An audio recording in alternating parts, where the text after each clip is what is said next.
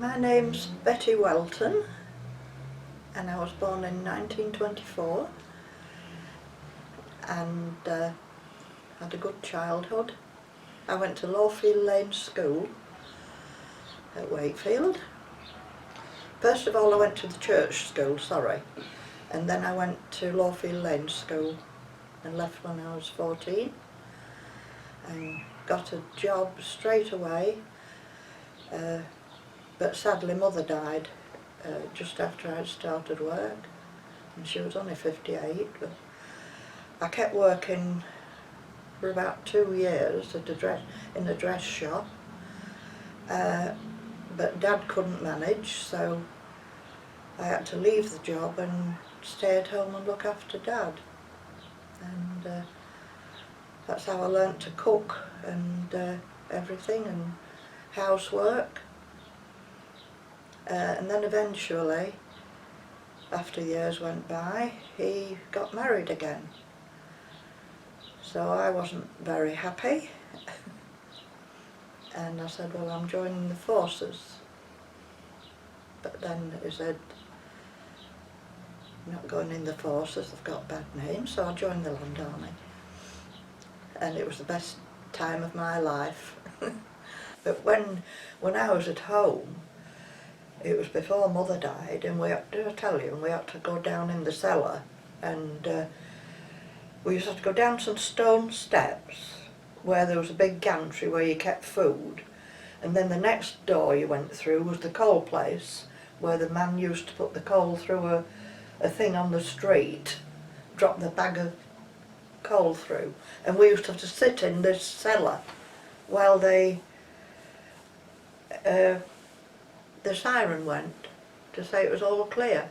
And there was a bomb dropped at the end of our road where I lived, in the allotments. Did you ever think about what was happening, you know, in London and some of the other big cities when they were being bombed? Yes, I did. But there wasn't a lot of news then, was there? You know, I think she had a radio, but we didn't get a chance to listen to it, so we didn't know, only when we saw the bombers going over and things like that. We weren't well informed, but we did wonder what was going on. Did you ever manage to get to a cinema? Yes, we did now and again in Lincoln, but we had to cycle in. But yeah, there was the news on then. Oh, that would be it. That's where we got the news, yeah. Pathy cassette. Yes, so it's quite alarming, that was, to think that we were safe like we were, and what was going on there, it was hell, wasn't it? Did you join the ARP? I did, yes, that's the thing I did want to do.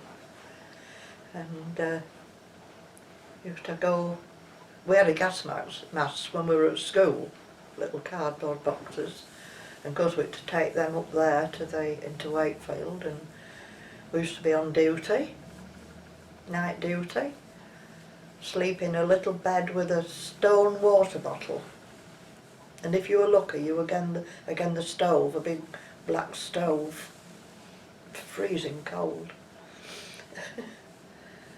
But yeah, we had some good friends there. I got to know a lot of people. So you were doing fire watch duty? Yes, yeah. But I was trained for St John's medical things. I got my certificate and everything, but I never had to use it, thank goodness. So when you were an ARP warden, presumably you did that as well as your ordinary job? Yes, I did, yeah. So did you see much bombing in Wakefield? Yes, we did, and we could hear them going off. Terrible. Wakefield was hit quite bad, but not, I say there was one at the end of the garden. It was in sentry bomb, so but I didn't know much about, I can't remember much about anything else with the bombs, but I knew they were going off. Is that what inspired you to want to join the RAF? It is, yeah. I just like the thoughts of the RAF, but then Dad wouldn't let me, so I never got in there.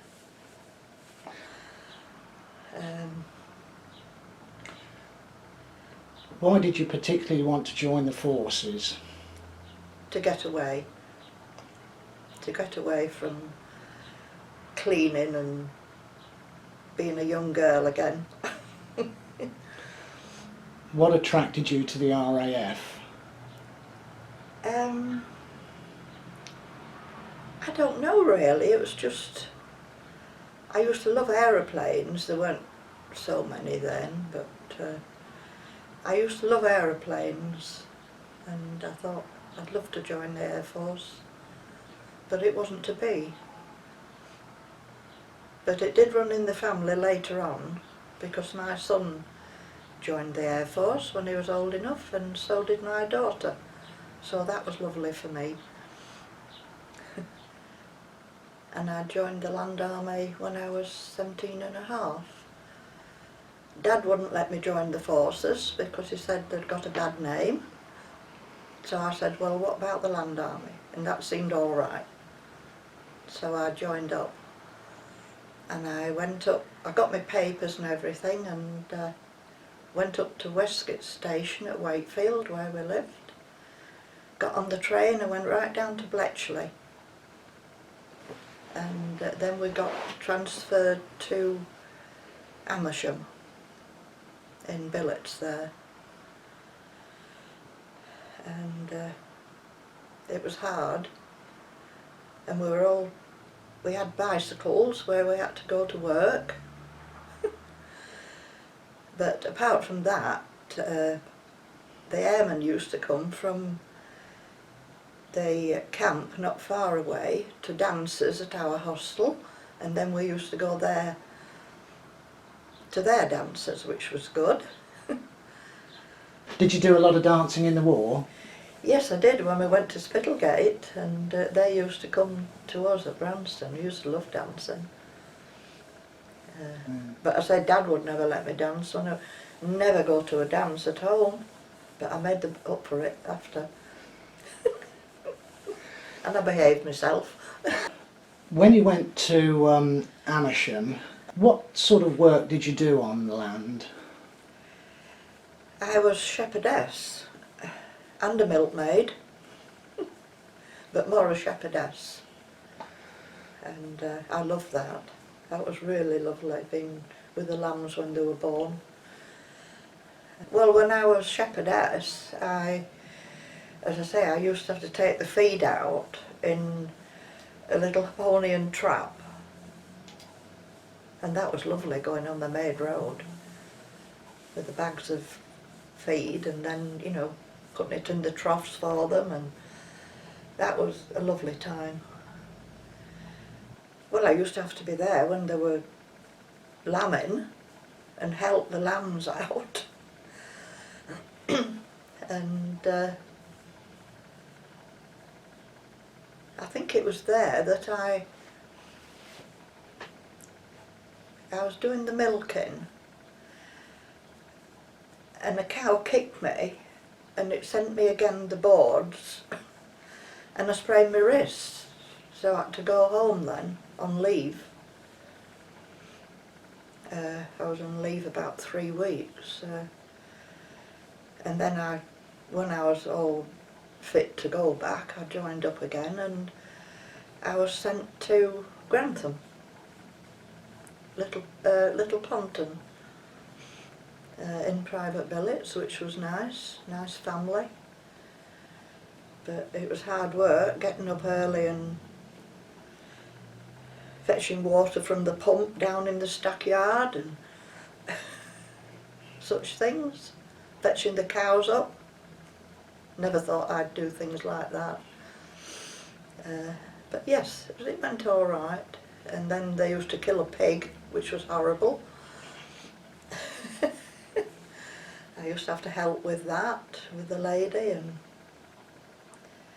I remember the only cooker she had was a metal cooker about a yard wide and long, and it was paraffin heaters underneath it, 2 paraffin heaters.